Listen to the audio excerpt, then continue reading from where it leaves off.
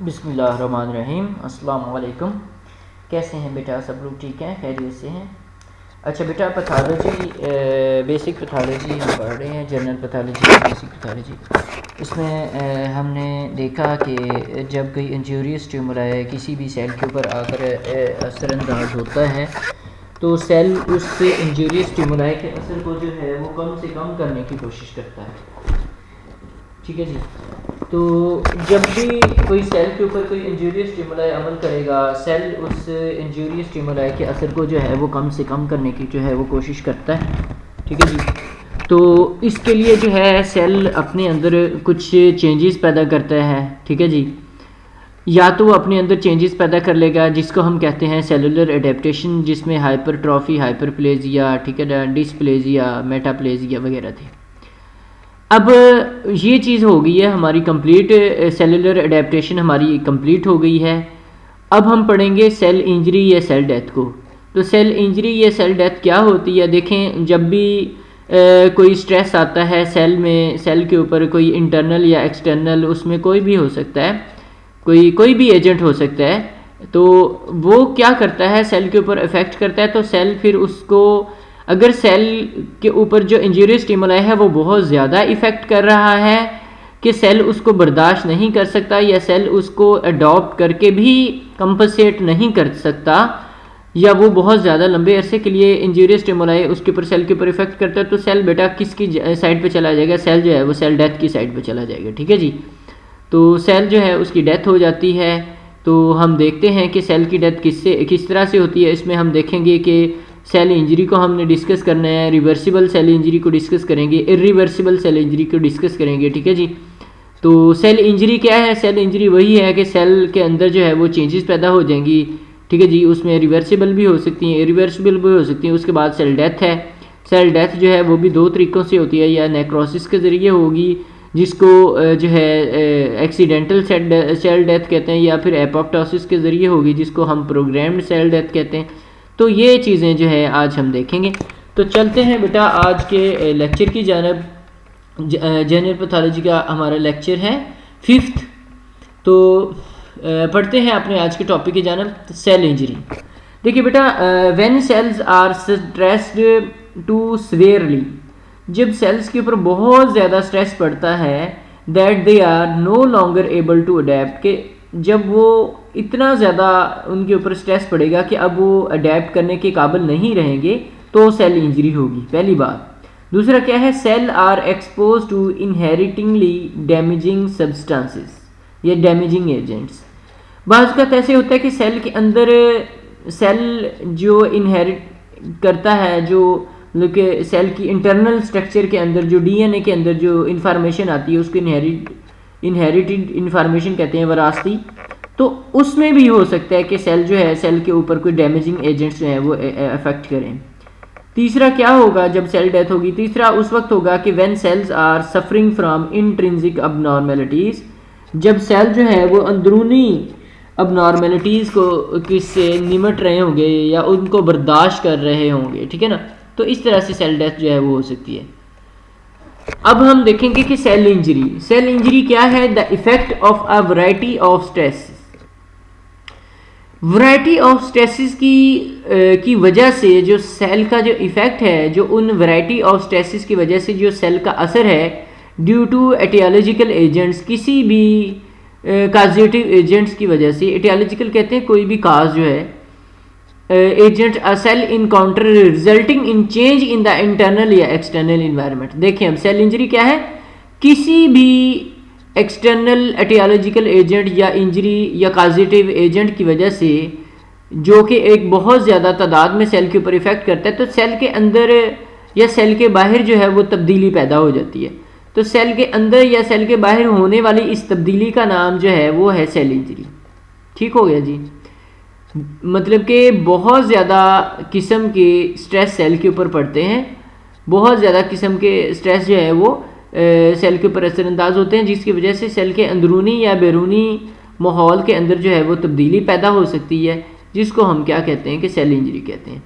उसके बाद देखें, cellular response to stress very and depends upon the, अब सेलुलर रिस्पांस या सेलुलर स्ट्रेस या सेलुलर इंजरी जो है वो किस तरह से होती है, ये डिपेंड करती है, ये मुख्तलिफ होती है हर सेल के लिए, और ये डिपेंड करती है नंबर एक पे होस्ट फैक्टर्स के ऊपर, ठीक है जी, टाइप ऑफ सेल और टिश्यू इन्वॉल्व के, कौन सा सेल इसके अंदर इन्वॉल्व है और कौन सी किस्म का जो है टिश्यू जो है इसके अंदर इन्वॉल्व है। दूसरी जो चीज़ इसमें आ जाएगी, दूसरी बेटा आ जाएगी factors pertaining to injurious agents, वो फैक्टर जो कि इंजूरियस एजेंट्स का सबब बनते हैं, या extent and type of the cell injury की, एक्सटेंट शिद्दत, टाइप कहते हैं किस्म, सेल इंजरी की टाइप, किस्म या सेल इंजरी की जो शिद्दत है वो किस हद तक होती है, इस चीज़ को भी ये चीज़ भी असरअंदाज होती है, ठीक है जी। ये था बेटा सेल इंजरी। सेल इंजरी क्या है, हमने देखा है कि सेल के ऊपर जब कोई इंजूरियस स्टिमुल आए, internal, external, inherited, intrinsic, extrinsic, जो भी असरअंदाज होता है, तो सेल जो है उसकी अंदरूनी और बैरूनी, इंटरनल और एक्सटर्नल चेंजेस प्रोड्यूस होना शुरू हो जाते हैं, उसको हम सेल इंजरी कहते हैं, ठीक हो गया। चलें जी, अब हम देखते हैं कि सेल के अंदर सेल इंजरी होती क्यों। जारी बात है जी, सेल इंजरी तो होती है, तो अगली बात ये आ जाती है कि क्यों होती है, what are the causes of the cell injury. So causes बहुत ज़्यादा हैं इसमें। सबसे पहले तो हम देखते हैं कि जेनेटिक काजेज हैं, ठीक है जी। जेनेटिक काजेज में जो है भी हो सकते हैं, जेनेटिक काजेज किसी भी किस्म के हो सकते हैं, ठीक है जी। उसमें ये देखें जैसे कि सिकल सेल एनीमिया है, थैलेसीमिया है, ठीक है जी। तो ये कुछ ऐसी डिजीज़ हैं जिनमें जो है इनहेरिटेडली जो है वो सेल उसके अंदर अब नॉर्मेलिटीज़ आना शुरू हो जाती हैं। सिकल सेल एनीमिया है या थैलेसीमिया है, ठीक है जी, उनमें हीमोग्लोबिन वगैरह, जैसे सिकल सेल एनीमिया में हीमोग्लोबिन जो है थैलेसीमिया में हीमोग्लोबिन का स्ट्रक्चर चेंज हो जाएगा, और सिकल सेल एनीमिया में क्या होगा कि जो आरबीसीज़ का जो साइज़ है वो सिकल जैसा हो जाएगा, जो आरबीसीज़ की जो शक्ल है वो सिकल जैसी हो जाएगी, जो कि ऑब्स्ट्रक्शन हो जाती है ब्लड वेसल्स के अंदर। उसके बाद आ जाते हैं एक्वायर्ड काजेस। एक्वायर्ड जेनेटिक कहते हैं वरासती, जो पहले से सेल के अंदर मौजूद होंगे। एक्वायर्ड वो हैं जो बाद में सेल हासिल करेगा। तो एक्वायर्ड काजेस में कौन कौन से हो सकते हैं, हाइपोक्सिया और इस्कीमिया हो सकता है। हाइपोक्सिया कहते हैं लो ऑक्सीजन को, ठीक है जी।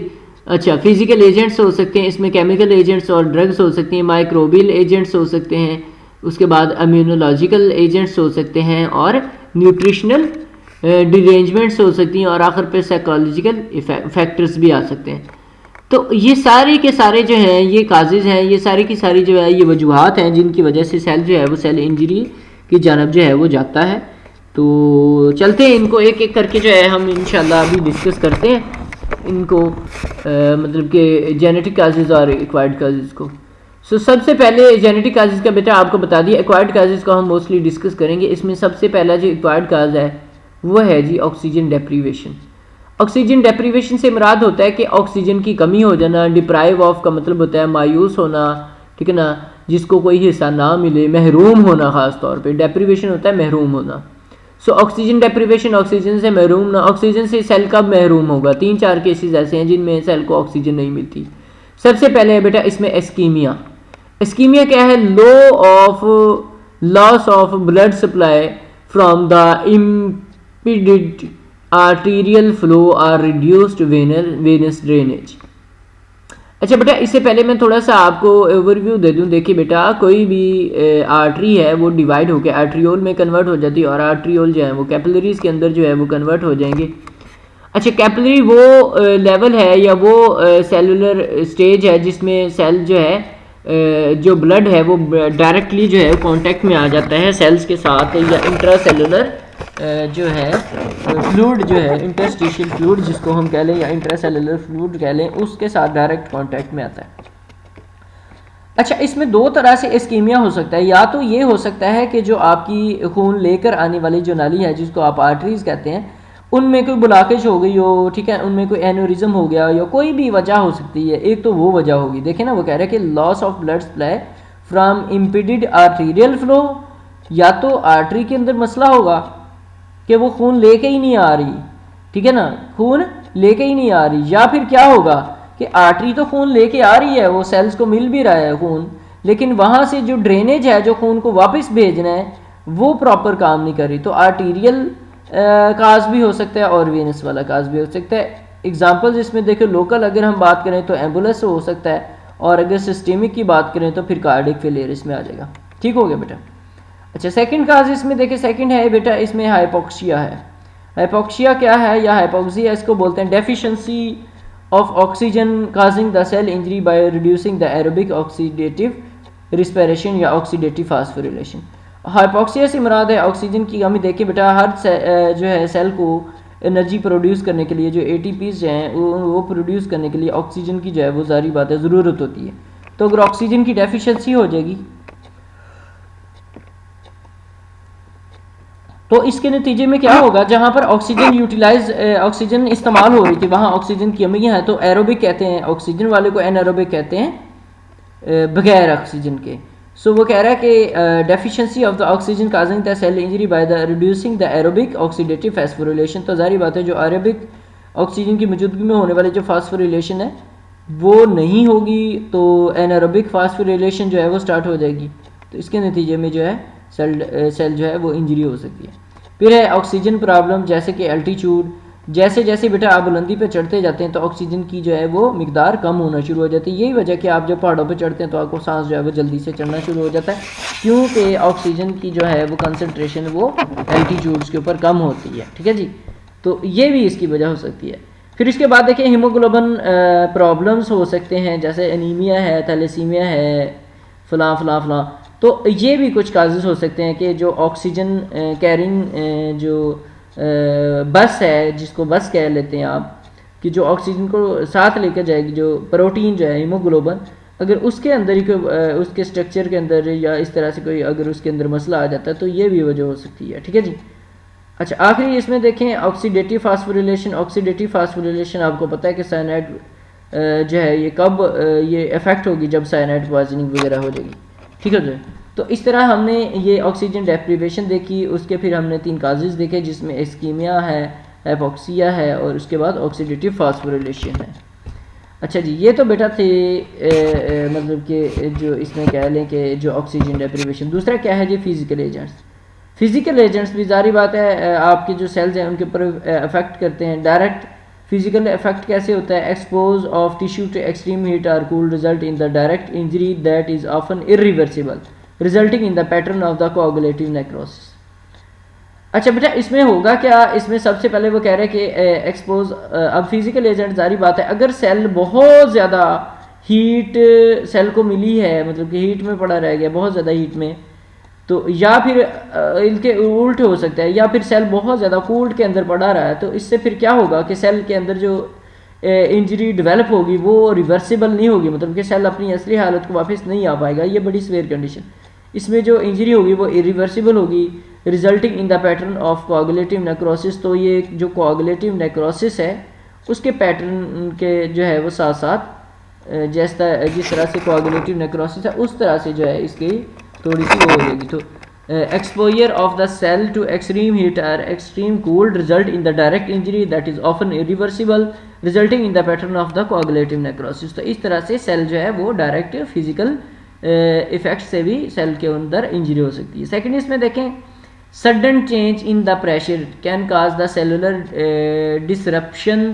ठीक है ना, मतलब कि अगर प्रेशर जो है वो सेल के ऊपर यकदम जो है वो चेंज हो जाए तो उसकी वजह से भी जो है वो सेल डेथ हो सकती है। जैसे कि उसने कहा कि hammer blow to the thumb, कि अगर आप जो है वो हथौड़ा जो है वो क्या करेंगे अपने उसके ऊपर मारेंगे अंगूठे के ऊपर। अच्छा, क्या तीसरा इसमें देखिए, electrical currents can cause the direct break down of the cellular membrane. Electrical current जो है वो क्या कर सकते हैं कि वो डायरेक्ट जो है वो ब्रेक डाउन करवा सकते हैं सेलुलर मेम्ब्रेन की, जो कि दैट में भी इरिवर्सिबल, जो कि बाद में वो भी इरिवर्सिबल हो सकती है। ये बेटा केमिकल काजेज जो हैं वो तीसरे हैं आपके। केमिकल काजेज में देखें, कॉमन पॉइजनिंग है जिसमें आर्सेनिक है, साइनाइड है, मरकरी है। Interfere with the cellular metabolism, तो ये क्या करती हैं, जिसमें आर्सेनिक है, साइनाइड है या मरकरी है, ये कॉमन जो है वो पॉइजन्स है, तो ये सेल के जो मेटाबॉलिज्म है उसको जाकर असरअंदाज होते हैं।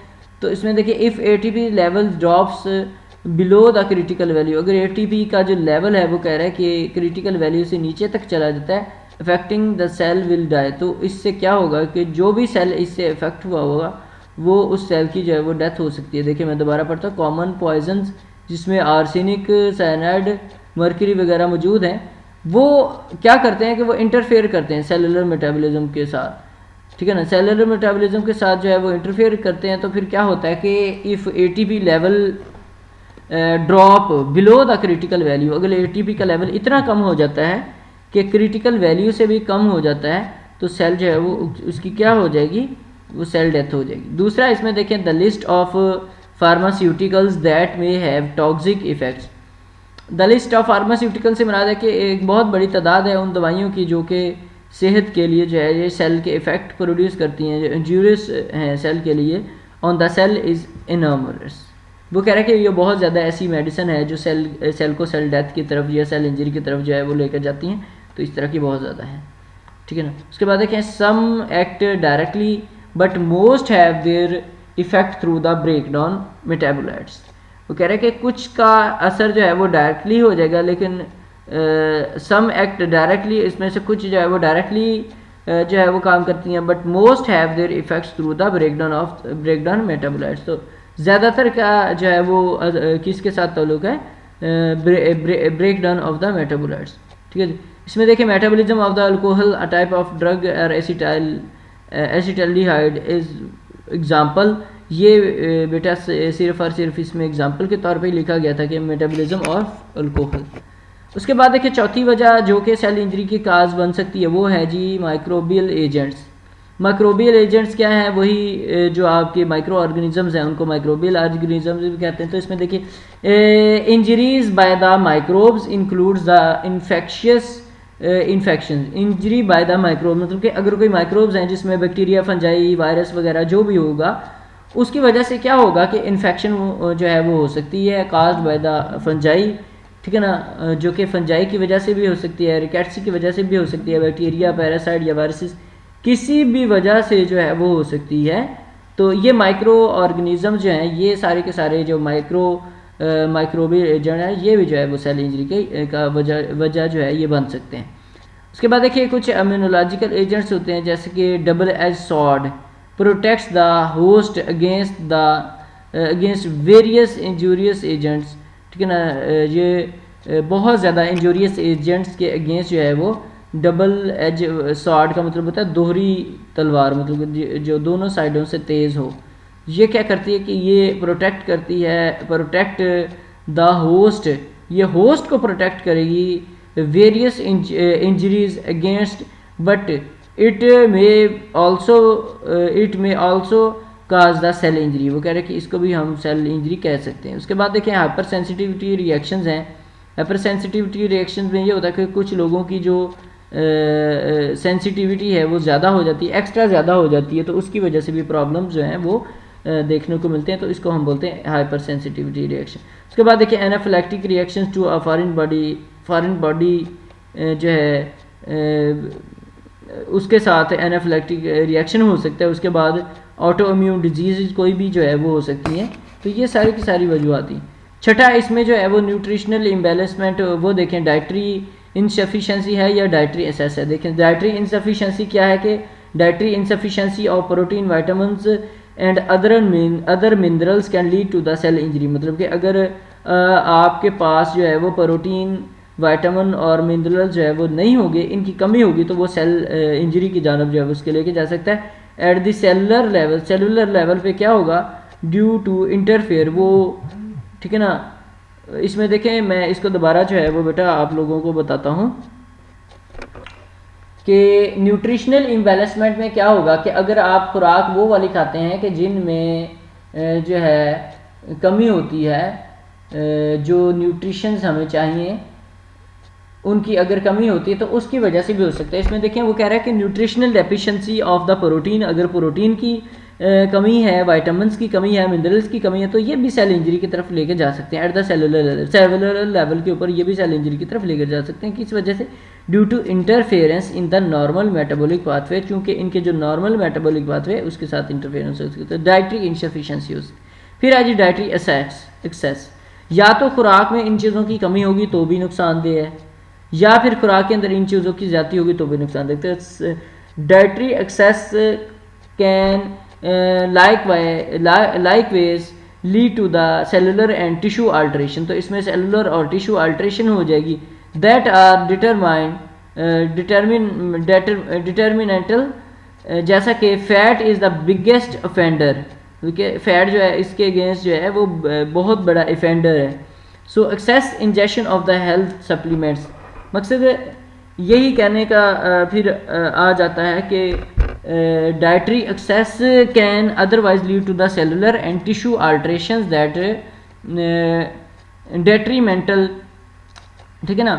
तो अब देखिए दोनों साइड से ही इंजरी है, दोनों साइड से ही सेल इंजरी है। या तो अगर खुराक में इन चीज़ों की कमी आ जाती है तो इसकी वजह से भी सेल इंजरी हो सकती है, या फिर अगर खुराक में इन चीज़ों की ज़्यादती आ जाती है तो भी इसकी वजह से जो है सेल इंजरी हो सकती है। तो सेल इंजरी जो है वो दोनों सेल इंजरी जो है उसके दोनों काजेस हो सकते हैं डाइटरी इम्बैलेंसमेंट के अंदर। ठीक हो गया जी। इसके बाद बेटा आप देखें कि जो न्यूट्रिशनल इम्बैलेंसमेंट है इसमें डाइटरी इनसफिशेंसी हो गई या फिर डाइटरी एक्सेस होगी, तो ये वजूहात बन सकती हैं। उसके बाद देखें साइकोलॉजिकल डिजीज़, साइकोजेनिक या साइकोलॉजिकल डिजीज़ देखें। नो स्पेसिफिक बायोकेमिकल और morphological change in the acquired mental disease problems of the drug addiction, alcoholism, smoking, ठीक है ना, resulting in the various organ disease such as the liver damage, chronic bronchitis, lung cancer, peptic ulcer, ठीक है ना, वगैरह वगैरह। तो ये हो सकती हैं। साइकोलॉजिकल डिजीज़ क्या है इसमें देखें बेटा, समटाइम्स कुछ मेम्ब्रान या कुछ हजरात ऐसे होते हैं कि जो जानबूझ के डर के मारे से, मोटा होने के डर के मारे से जो है वो अपनी खुराक बहुत या तो कम कर देते हैं या फिर उसमें जो काम की चीज़ है वो खाते नहीं है, इधर उधर की चीज़ें खाते रहते हैं। तो ये एक साइकोलॉजिकल इफेक्ट है, इसकी वजह से भी जो है सेल इंजरी हो सकती है। फिर है जी जेनेटिक डिरेंजमेंट। जेनेटिक डिरेंजमेंट क्या है? Result genetic derangement result in the defect as well as the congenital information malformation associated with Down syndrome, ठीक है ना। जैसे कि डाउन सिंड्रोम है, ये जो आम जुबान में ये थर्ड जनरेशन वाले इनकी बात कर रहे हैं वो, तो ये इसकी वजह से है। तो थर्ड जनरेशन वाले उनके भी एक अबनॉर्मलिटी, तो वो भी जेनेटिक डिफेक्ट की वजह से जो है वो उनके अंदर आती है। फिर उसके बाद देखें result in the defect as served as congenital malformation associated with Down syndrome caused by the chromosomal abnormalities, ठीक है ना। उसके बाद क्या होगा? क्रोमोसोमल अबनॉर्मलिटीज हो जाएंगी। उसके बाद देखें inborn error of metabolism, inborn error of metabolism arising from enzymatic abnormality, तो ये भी इसकी काज हो सकती है। उसके बाद देखें लेट्रोजेनिक काज देखें आइडियोपैथिक, इसमें वो होता है कि जिसकी समझ ना आ रही हो, बहुत ज़्यादा ऐसी भी वजूहत हैं जिनकी वजह से सेल डेथ होती है, वो समझ नहीं आती। उसके बाद एजिंग है, एजिंग बेटा बुढ़ापे को कहते हैं। So it is the result of progressive decline. देखें बेटा वक्त के साथ साथ हर चीज़ कम की जो कैपेसिटी है वो कम होती जाती है, तो इसी तरह सेल्स की भी capacity with the passage of time जो है वो कम होती जाती है। सो एज अ रिजल्ट क्या होगा कि progressive decline the proliferative capacity and cells span of the cells and the effects of continuous exposure to the exogenous influences that result in the progressive accumulation of cells and molecular damage. तो ये भी बेटा हो सकती हैं कि ज़्यादा जिनकी एज है उनके अंदर वैसे भी सेल जो है उनकी डिग्रेडेशन या डैमेज होना शुरू हो जाते हैं। उसके बाद हम ये थे काजेज जिसमें हमने काफ़ी ज़्यादा काजेज डिस्कस की है। इसके बाद बेटा आ जाती है टाइप ऑफ सेल इंजरी के। सेल इंजरी किस टाइप के? दो तरह की होती है जी, रिवर्सिबल सेल इंजरी और इरिवर्सिबल। रिवर्सिबल आपको होता है वापस आने का रास्ता है due to that leads to the cellular adaptation, जो कि सेलुलर अडेप्टेशन की साइड पे जो है वो ले जाती है। रिवर्सिबल सेल इंजरी जारी बात है सेलुलर लेवल पे जो है अगर उसकी केयर कर दी जाएगी किसी पेशेंट की, उसको उठा के इमरजेंसी में टाइमली लेके जाएगा तो उसकी जो है वो सेल इंजरी कम की जा सकती है। दूसरा है जी इरिवर्सिबल सेल इंजरी, नाम से ज़ाहिर कि ये वो सेल इंजरी है जो वापस जो है नहीं हो सकती। सो इसमें भी कुछ ना कुछ वजूहत सकते हैं। ये बेटा यहाँ पर ग्राफ बनाया हुआ है, ये देख सकते हैं। रिवर्सिबल सेल इंजरी जो है वो इसमें सेल फंक्शन का जो ग्राफ है वो ज़्यादा होता है, सबसे ज़्यादा फिर उसके बाद इरिवर्सिबल सेल इंजरी में देखिए बायोकेमिकल अल्ट्रेशंस आ गई उसमें, फिर सेल डेथ आ गई, ठीक है ना। उसके बाद अल्ट्रा स्ट्रक्चरल चेंजेस आ गई, और आखिर पे जो है वो देखिए लाइट माइक्रोस्कोपी में जब आपने देखा तो फिर ग्रॉस मार्फोलॉजिकल चेंजेस भी थी। लाइट माइक्रोस्कोप जो है उससे जब देखा तो जो सेल से उनमें भी तब्दीलियाँ तो थी इस तरह से। अब देखिए जो रिवर्सिबल सेल इंजरी है वो क्या है, it is easy stage early stage जो रिवर्सिबल सेल इंजरी है वो एक अर्ली स्टेज है, माइल्ड है इंजरी की फॉर्म, और फंक्शनल और मार्फोलॉजिकल चेंजेस जो हैं वो रिवर्सिबल इंजरी में जो वो अगर आप रिमूव कर देते हो तो इसकी वजह से जो रिवर्सिबल इंजरी है वो ख़त्म हो सकती है। जिसमें क्या है कि रिड्यूस्ड ऑक्सीडेटिव फास्फोरिलेशन, ठीक है ना, रिड्यूस्ड ऑक्सीडेटिव फास्फोरिलेशन ATP की कमी होना, और दूसरा क्या है लो ATP जारी बात है जी, और सेलुलर स्वेलिंग है, सेलुलर स्वेलिंग, और उसके बाद क्या है फैटी चेंजेस है, alteration in the inter cellular organelles. तो ये सारी की सारी रिवर्सिबल सेल इंजरी की काजेज हो सकती हैं। लाइट माइक्रोस्कोपिकल फीचर में देखेंगे तो उसमें आपको सेलुलर स्वेलिंग नज़र आ सकती है। अच्छा बेटा इसमें मैं आपको एक बहुत अहम बात बताता हूँ कि सेल इंजरी में क्या होगा कि सेल इंजरी में सेल के फंक्शनल अबनॉर्मलिटीज़ भी आएंगी और सेल के अंदर जो स्ट्रक्चरल अबनॉर्मलिटीज़ हैं वो भी जो हैं होती हैं। उसके बाद fatty changes occurs when hypoxic injury, ठीक है ना, टॉक्सिक मेटाबोलाइट्स हो सकते हैं, हाइपोक्सिक इंजरी हो, या फिर appearance of lipid vacuole in the cytoplasm.